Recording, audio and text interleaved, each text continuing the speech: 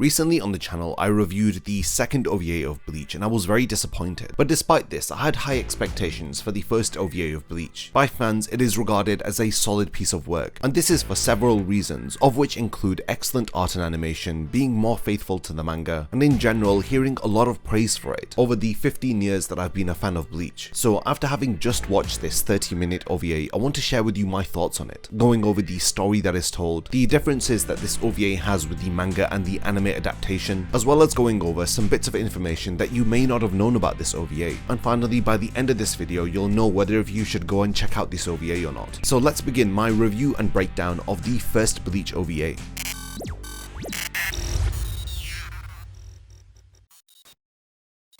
This OVA is named after the third volume of Bleach, which is titled Memories in the Rain. This is because this half-an-hour OVA attempts to adapt chapters 17 to 25, which comprises the entirety of Bleach Volume 3. The Memories in the Rain OVA has a lot of differences from its anime adaptation. Chapters 17 to 25 are adapted into episodes 7 to 9 of the anime. For the most part, the anime has a lot of filler and padding, resorting to even adding an entire side storyline of a Shinigami being tasked by the Onmitsukido to locate Rukia, while the OVA remains much closer to the source material, having very little to no filler content, and any added content that does appear within the OVA adds to the story that is being told. And I'll give an example of an addition that is made to the OVA, which adds to the source material in a meaningful way. So very similar to the Sealed Sword Frenzy OVA, the Memories in the Rain OVA was created for the 2004 Jump Super Anime Tour, and what some of you may not know is that this OVA was actually the first anime adaptation of any Bleach manga content, as it served as the pilot episode for the Bleach anime. As we know, it is a retelling of the events that occur between episodes 7 to 9 and chapters 17 to 25 of the manga. It pays particular attention to the emotions and feelings that Ichigo has regarding the death of his mother. After the title screen of the OVA, we are shown the poem that features at the start of Volume 3. The poem that goes, "If I were the rain that joins the sky and the earth that otherwise never touch, could I also join two hearts as one?" We then cut to a flashback 6 years ago on the 17th of June, where on a rainy day, Ichigo had been walking alongside a riverbank with his mother. We are quickly shown the events that lead up to the death of Ichigo's mother, as we then cut back to school as the OVA begins to adapt chapters 17 to 25. To quickly summarize the events that occur within this OVA, Ichigo and his family are going to see the grave of their mother. On their way there, they meet Rukia. After some time, while Ichigo's sisters are praying at their mother's grave, they are attacked by a mysterious hollow. We quickly learn the identity of this hollow as the grandfisher, the hollow who was responsible for the death of Ichigo's mother. After transforming into his Shinigami form, he learns about how the grandfisher kills his prey, and how in particular the hollow enjoys targeting women. Initially, it appears that the grandfisher has the upper hand, until he changes the lure that is attached to his head into Ichigo's mother. This angers him, and after proving that his tricks are not enough to deceive him, Ichigo is able to successfully stab the grandfisher, who has no choice but to retreat. The OVA then wraps up with Ichigo speaking to his father about the death of Masaki, as his father reassures him that nobody blames him for the death of Masaki, and instead he should live his life to his fullest, because after all, his life was valuable enough to be saved by the one that Isshin had loved. After speaking to his father, Ichigo tells Rukia that he wants to get stronger in order to kill the grandfisher in the future, requesting for her to allow him to be a Shinigami for a little while longer, and this then brings an end to the OVA. So I mentioned earlier that this OVA is more of a faithful adaptation of the manga than episodes 7 to 9 of the anime. The most notable piece of filler content that was within the anime that isn't within the OVA is the omission of the Shinigami Ikichiro Saido. He was the Shinigami who had been working for the Onmitsukido, who was assigned to find Rukia within the world of the living. He is present within episodes 7, 8 and 9, and there is no real reason for him to be there. His entire purpose is meaningless, and his appearances serve to extend scenes within the anime. The only meaningful aspect of his character is that through him we get some early glimpses of the Soul Society within the anime. The Memories in the Rain was about focusing on Ichigo's feelings and his emotions, and how he felt about the death of his mother, but I feel like the anime adaptation of these chapters steers away from this, especially in regards to how the Shinigami who was tasked to retrieve Rukia ends up teasing her that she is staying within the world of the living in order to pursue a relationship with Ichigo. I felt like this was completely unnecessary and just didn't need to be there, and I feel like scenes like this all too often occur within the anime, where they try to ship Ichigo and Rukia together, which are completely absent from the manga. Now, after discussing some of the issues with the anime adaptation of these manga chapters, let's now focus more on the OVA. The OVA has a very short runtime of 29 minutes, and in this time it attempts to adapt 9 chapters of the manga. In general, it is very successful at what it attempts to do, but because of this half-an-hour runtime, it is inevitable that this OVA does have some differences with its manga counterpart. I'm going to be covering some of these differences now, but I do want to emphasize that the changes that are made within this OVA are less detrimental to the changes that are made within episodes 7 to 9 of the anime. While watching this OVA, I had the 3rd volume of Bleach in my hand, and I was following along with the scenes that it was adapting, and in general, scenes that are not absolutely vital for the progression of the story are cut. And in one instance that I'm about to go over, there is an addition that is made which I feel like adds to the story. So the first notable change between the OVA and the manga is that during the OVA, Rukia is with Yuzu and Karin when the grandfisher first attacks them, while in the manga she is accompanied with Ichigo, who is rushing to protect his sisters. While on their way to the grandfisher, she tells Ichigo that whenever he is ready to speak about the death of his mother, she will be there for him to listen to him, but until that day she will be waiting. This entire speech about Rukia being there for Ichigo is omitted from the OVA, and again, I don't think that it is for any other reason than the short runtime of the OVA. Not everything that occurs within 9 chapters can be included within a half-an-hour OVA, unfortunately, and for the sake of runtime, a lot of comedic moments that occur within the manga are cut, especially in regards to the character of Kon. One other very interesting piece of information regarding Kon's appearance within this OVA is that he is actually voiced by Kubo himself, who voices 2 lines for his character. You'll notice him speaking after Rukia tells him to protect Ichigo's sisters. While watching the OVA, I had to pause because Kon's voice sounded different, and after having looked it up, sure enough, Kubo had made a cameo appearance within this pilot episode. So the most notable addition that is made to this OVA is when Rukia remembers that there are 2 kinds of battles while Ichigo is facing off against the grandfisher. Now we know from chapter 23, Rukia hesitates to help Ichigo as she remembers a mysterious flashback from an individual who asks the question, what about his honor? Without much context within the manga, Rukia remembers a flashback where she is told that there are 2 kinds of battles, the first being a battle to preserve life, while the second being a battle to preserve honor. Sure enough, this scene is extended within the OVA. We get a reveal of this mysterious character who had asked Rukia about honor. It is indeed Captain Ukitake. We even get a brief glimpse of Kain battling against the parasitic hollow. These are events that occur from chapters 135. I feel like adding to this flashback emphasized the similarity between Kain and Ichigo's struggle. Kain had been fighting for the sake of his wife who was killed by the hollow, while Ichigo is fighting for the sake of his mother who was killed by the grandfisher. And in both instances, Rukia had to prevent herself from getting involved in order to preserve Ichigo and Kain's honor. I feel like this is an excellent addition to the OVA, and I believe that chapter 135 was released just a short time before the release of this OVA, so I think that it is incredible that they were able to include it within here. I totally approved expanding on scenes in this manner, as opposed to how episodes 7 to 9 of the anime were treated, where any additions that were made were just filler content that didn't need to be there. And the last few points before the grandfisher escapes, within the manga he ends up transforming into Ichigo's mother and taunts Ichigo before escaping, while in the OVA he transforms into the little girl that Ichigo had saw on the day that his mother had died. And the last significant change between the OVA and the manga is that scenes of Orihime leaving Tatsuki's home are cut from the OVA. But like I had mentioned, despite all of these moments being cut, I'm still very impressed with what this OVA manages to accomplish within its 29-minute runtime. It does an incredible job of adapting chapters 17 to 25 far more faithfully than its anime counterpart, with fewer instances of filler material and needless padding. The Memories in the Rain OVA also has an excellent ending which previews the Soul Society arc, and it also introduces us to the various cast members of the Gotei 13. This ending sequence has flawless art and animation throughout, and this is also a praise that needs to be given to this OVA in general. It has superb animation quality, incredible art and direction, and in general I believe that it is one of the best adaptations of the Bleach manga that we have received, and it does surprise me that this was the pilot for the Bleach anime. I would have loved if the series had continued with this quality, but because of the time that the Bleach anime was created, this would have been impossible to do, having to follow a strict weekly schedule for the anime, while also paying particular attention to not catch up to the manga unless the anime had taken a break and had gone down the seasonal approach that we all too often see now. Filler and needless padding was going to be an inevitability. It is only very recently that shonen series have started to take breaks and have allowed for more buffer space to build between the anime and the manga, but this OVA really does give you a glimpse of what could have been if Studio Pierrot had brought their A-game to the Bleach anime. This OVA is a must-see for any fan of Bleach, as it focuses a lot on the character development and feelings of Ichigo, and it's a perfect example of quality over quantity, as it condenses episodes 7 to 9 into one very enjoyable OVA, and if you want my honest opinion, I didn't want it to end. So if you've never seen this OVA before, I urge you to go and check it out as soon as possible. But yeah, this was my review of Bleach OVA 2021 Memories in the Rain, and with the addition of this video, I've now covered all 4 movies of Bleach and the 2 OVAs, and I feel like there is no better time than now to begin my Bleach arc analysis. So subscribe and turn on the bell notifications so that you're the first person to see my Substitute Shinigami arc analysis when it drops. And lastly, thank you for making it to the end of this video, and I would love to read about your thoughts of the Memories in the Rain OVA. So leave a comment and let me know what you thought about this OVA.